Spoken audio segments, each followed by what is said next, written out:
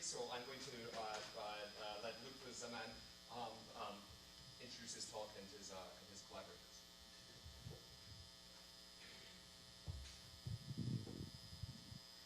Good morning. My name is Loutfouz. I'll be presenting GEMNI. It's a system that we built for creating and managing alternatives in generative design. So first, some of the background. Experts typically generate sets of alternative solutions when solving ill-defined problems. We know that this results in higher quality outcomes. For example, it is common for web designers, architects, and software engineers to generate sketches of potential designs as they solve problems. These sketches help designers externalize knowledge, better understand the problem, and explore the space of potential solutions. Here are some examples. On the left, you see alternatives sketched with pen and pencil. On the right, conjectural sketches created using an existing computer-aided design tool. We based our work on parametric design, which has been shown to qualitatively change the design process, providing new opportunities. And when used generatively, parametric design can create a very large set of design options and that satisfy a given set of constraints. The designer then explores, narrows down, and filters these options. Grasshopper 3D and other very commonly used design tools represent these models as data flow networks, and this is what we focused on in our work. So we built GEMNI, abbreviated as a generative many-nodes interpreter, to support exploration with alternatives for data flow network-driven generative design. It was built as a branch of Notebox, which is a popular open-source generative design tool. GEMNI facilitates quick alternative creation through branching with lineage duplication and also non-destructive resurrection of previous states with the help of graphical history.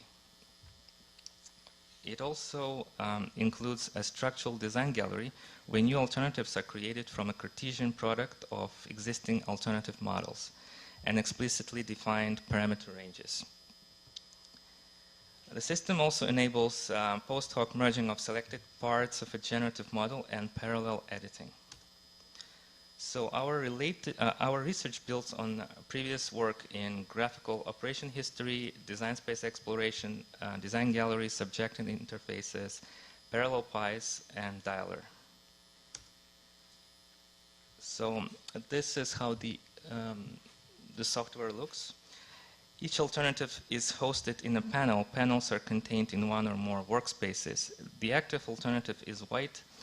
Parallel editing is controlled by check marks with toggling between passive and idle.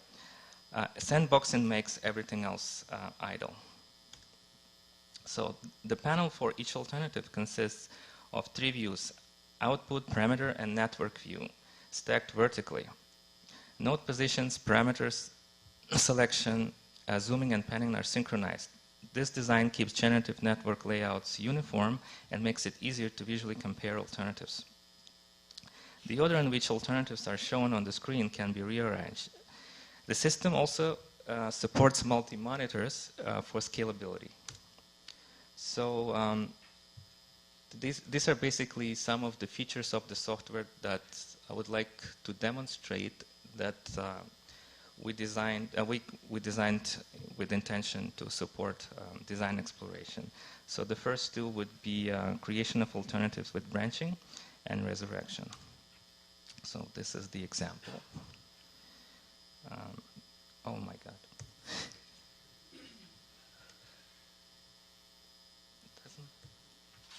That's what I was afraid of.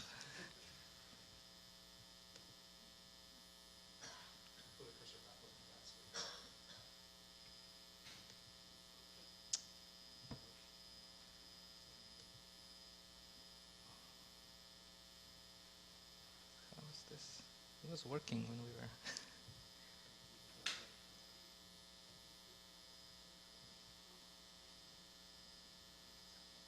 The video, it was working just before. Oh, you tried it? Yeah. Maybe I can just play it on its own. Yes. Do you have it on its own? Yeah, I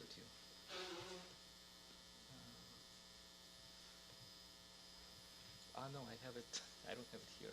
I don't have it here. Oh, it's on the other level. Yeah.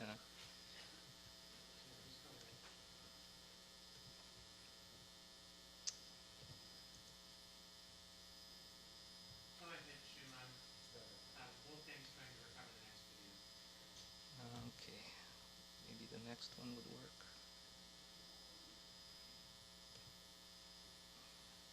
Okay. None of them work.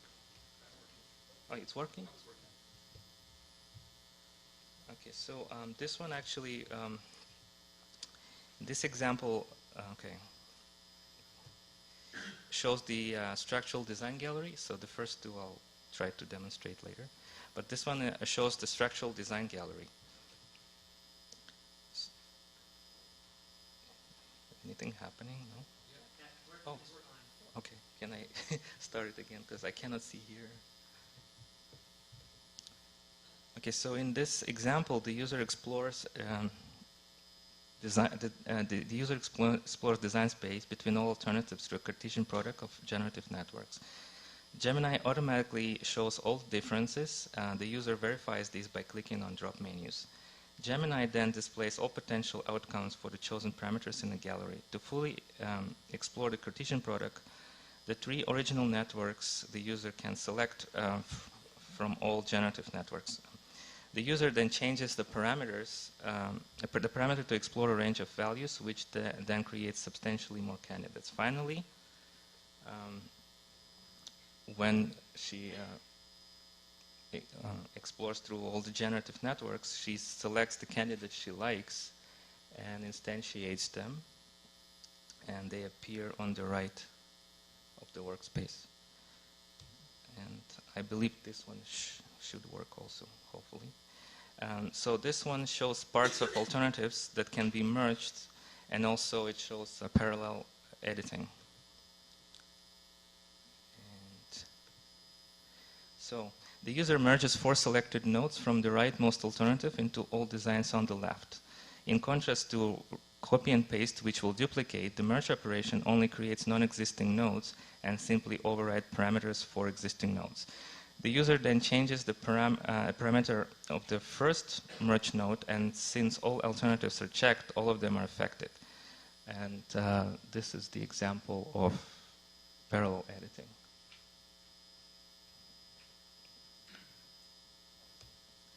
So we conducted evaluation in 2 steps, a workshop with an exploratory design study and a follow-up in-depth interviews. We gathered feedback on GEMNI from a user group moderately experienced in generative design. We recruited 5 unpaid participants, 2 female, from a variety of design backgrounds. Participants used dual monitor workstations and were supplied paper and pencils for sketching. We first demonstrated how to create 6 designs and asked participants to recreate them on their workstations. This familiarized them with the system. The main creative task was a design scenario where they had a client that wanted them to come up with an algorithmic shapes design for a small door window about 20 by 20 centimeters. The client expected options to choose from. They used an enhanced version of GEMNI, which was, in terms of features, equivalent to Notebox, which we used to build the software. And they used that to create a number of alternative designs and save them as different files. They were free to sketch with pen and paper as necessary, and we gave them 30 minutes to complete the task. The second task stipulated that their client saw the results from their first attempt and liked them so much that she asked them to extend the design to cover the entire door. Participants could reuse their designs from the first task if they wanted to. This time they were using the unrestricted version of GEMNI with the full set of features. We gave them again 30 minutes to complete the task and allowed them to use sketching. So looking at the first phase, we noted that several participants had already created alternatives in a single document in Notebox using multiple nodes. We didn't request this at the time. And they were also not aware that the next task would require them to do exactly that. And this was not surprising, as the parametric design community has a known bag of tricks for creating alternatives in existing tools. Beyond this, two participants created four alternatives with unrestricted GEMNI, one structurally different, the other with variations only. They used branching non-linearly. One participant showed interest in the design gallery but didn't create anything with it. Only one participant used pen and paper briefly. So during the workshop, we asked participants to complete the CSI questionnaire after each task and to perform the paired comparison at the end. After completing the second CSI questionnaire, they also filled the paired comparison part. Since the task in our study, both of them were similar enough, we treated the data as a within subject tool comparison with the same task. Notebox received a score of 51.5 and GEMNI 71.5. Expressiveness and exploration were ranked important in both dimensions, and GEMNI scored higher in both of these categories. These results depend to some degree on individual preferences and their level of expertise with the tool. So we also ran in-depth interviews with 3 participants from this workshop in a few days following the workshop. We gave them a short review of GEMNI and asked them to continue working on the second task. While they were doing that, we asked them to express options, make comments, provide feedback and overall workflow experience, and explain their decisions. So there were 3 participants, P1, P2, and P3. P1 created 2 alternatives from scratch, 7 non-linearly through branching, 1 through design gallery, and he appreciated the fact that we had the resurrection. P2 created 2 alternatives from scratch, 5 non-linearly through branching, and used merging.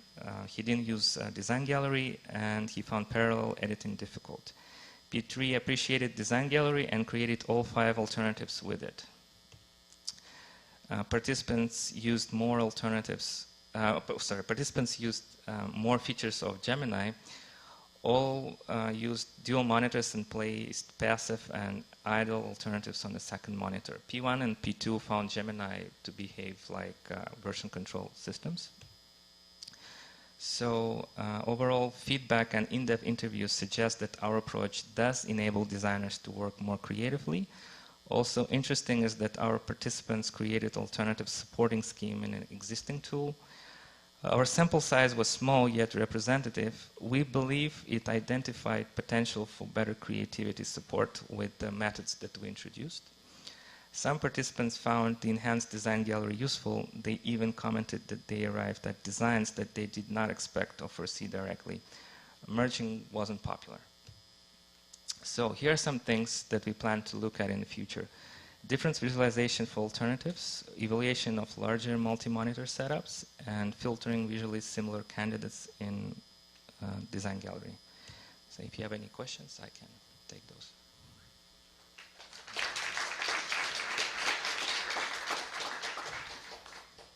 So again, any questions, please come up to the microphone and introduce yourself.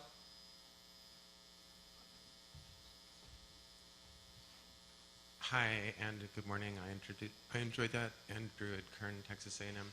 I was wondering if you've thought about, along the lines of the ideation metrics I just presented, trying to measure and compare how they use branching as a way of looking at the impact of your environment. I haven't done that. Do you think it could be possible? I think it can be possible. So we have to look into that. Yeah. And one thing I found, this is in some ways a related question. I've been asking myself as you were presenting, to what extent people needed to be able to understand something about the history of how they came to have a particular set of alternatives in front of them, whether there were ways that they could sort of trace back. And I was really struck at the end you said that that people had said it was light version control, which sort of suggested that they had a sort of mental model for how versions could be managed. And so I wonder what have you some insights into how they were thinking about this as a tool for exploring the history of how they come to where they were? Yeah, that's because I think some of these participants, they had some background in coding, and they used this system in the past. But we have one participant who was completely from a design background, and she was not exposed to any of this. She didn't have that kind of mental model, so she didn't make that kind of comment. And did you see a difference in how she used the system than how other people did because of that difference, do you think? I remember that she created a number of alternatives, but there were a lot of similarities between them, and there were not that many structural differences. That's all I pretty much remember. Yeah. Any other questions? Hi, my name is Lisinio Rock from University of Coimbra. I just have one question. Sure. How exactly do you define expressiveness in your user study? The expressiveness is it's actually a metric used in the CSI, and how do you define that? A good question. I guess being able to present a variety of ideas with very little effort, and that's what the participants would, if they were able to do that, then they would rank it as this system, is capable to support expressiveness very well. If they find that it doesn't, then they would rank it low. And I think for us it was exploration and creativity. That's what's ranked really high.